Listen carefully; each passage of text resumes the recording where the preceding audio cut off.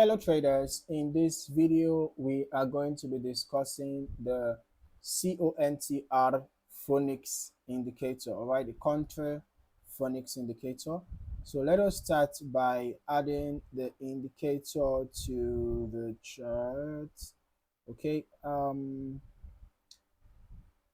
here we go. Drag and drop. Ensure that the allow DLL imports box is checked.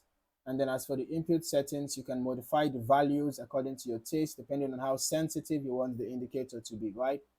So the indicator is pretty straightforward, okay?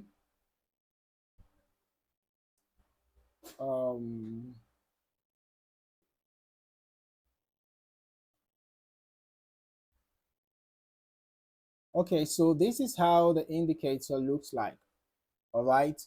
It helps us to identify precise buy and sell signals. Okay, precise buy and sell signals on our chart. You can actually change the color if you want, from magenta and blue to any other color that you want, right? So the buy signals are indicated by the blue circles and the sell signals are indicated by the magenta circles. Okay, so when you find a magenta circle appear above your candlestick, it's a sell signal. And when you find a blue circle appear below your candlestick, it's a buy signal. However, I am going to recommend selling in a bearish trend and buying in a bullish trend. So in this case now, because we are in a bearish trend, I will only recommend sell trades within this trend.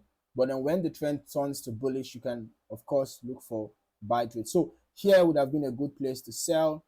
Here again would have been a good place to sell, even though that price didn't really go down that much before it started reversing, and it seems as if our trend might be turning bullish. All right, but the point is that within a bearish trend, you should look out for the magenta circles appearing. When they appear, you look out for confirmation patterns. Candlestick confirmation patterns could do, and you could also look out for signals from other indicators, if you will, right? It's always good to get confirmations and confluence before executing a trade, but no indicator guarantees 100% success. No indicator guarantees profit. No indicator is foolproof. So there could be false signals being generated sometimes. So because of that, it's always good that you prioritize risk management, okay, so that you do not fall victim of false signals that ends up wiping your account or something like that. So if you found any value in this video, don't forget to like, subscribe, and turn on your notifications so that you don't miss out on more valuable trading content. In the meantime, thank you for watching. I look forward to seeing you in the next video. Happy trading.